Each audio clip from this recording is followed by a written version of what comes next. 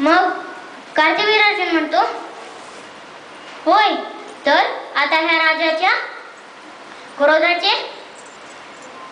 क्रोधाचे दंडही भोग. म्हणल्यावर म्हणतं, सैनिकांनो, ह्या कामधेनू गाईला आपल्या महलामध्ये बलपूर्वक घेऊन जा. ते तशीच बघत राहतात. जेव्हा संध्याकाळी परशुराम वापस आश्रमात येतात तेव्हा ते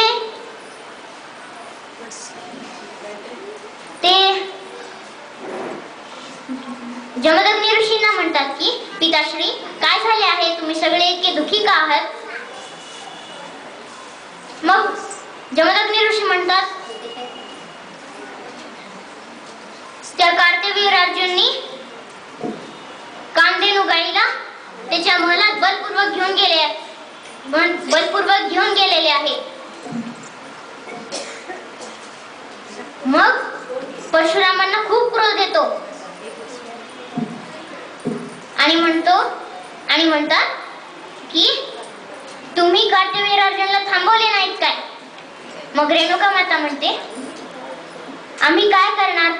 नुसते ते कसे कामधेनू गाईला घेऊन जात होते, आम्ही बघत होतो.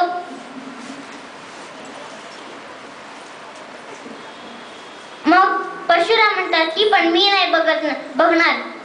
मी अशी प्रतिज्ञा करतो की उद्या सूर्योदयाच्या आधी कामधेनू गाय ह्या आपल्या आश्रमात बघेल. जर कार्तवीर्य अर्जुन नाही ऐकला तर मग मी त्याचे वधही करीन. असे म्हणून ते कामधेनू गाईला वापस आश्रमात आणण्यासाठी निघून जातात. मग जसे त्यांनी प्रतिज्ञा केलेली असती तशीच त्यांनी त्यांची प्रतिज्ञा पूर्ण करतात व कामधेनू गाईला पुन्हा आश्रमात आणतात.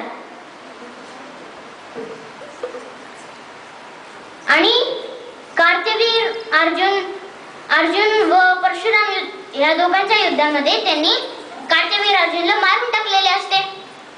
म्हणून त्याच्या पुत्रांना खूप क्रोध येतो आणि ते जमदग्नी ऋषींचा वध करतात. रेणुका मातेला ते सहन होत नाही आणि ते जोरात ओरडल्याबरोबर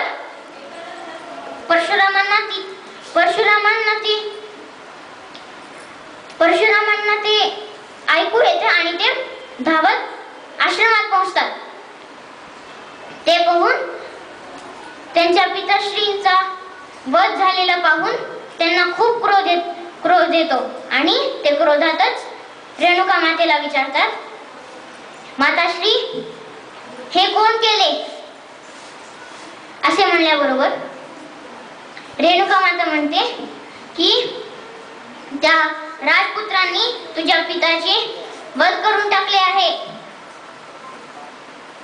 असे म्हणल्याबरोबर, माताश्री, तू जेवढ्या वेळेस तुझी छाती दुःखाने बडवली आहेस तेवढ्याच वेळेस मी क्षत्रियांचा नाश करेन.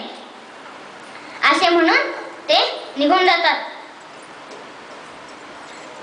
आणि परशुराम 21 वेळेस क्षत्रियांचा नाश करतात. आणि त्याच 21 वेळांमध्ये काही चांगले क्षत्रियही मरून जातात आणि त्यामुळे खूप सगळ्या चांगल्या क्षत्रियांमध्ये परशुरामांबद्दल भय निर्माण होतं.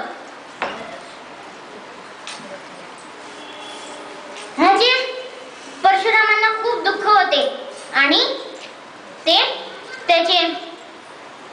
त्यांनी केलेल्याचे प्रायश्चित्त करायसाठी घोर जंगलामध्ये तपश्चर्या करायसाठी जातात. आता आपण आता कसंही श्रीरामांचे जन्मोत्सव चालू आहे, तर मग आता आपण ह्या ह्या एक वचनी, एक पत्नी, एक बाणी श्रीरामांच्या चरित्राकडे वळूया. श्रीरामांनी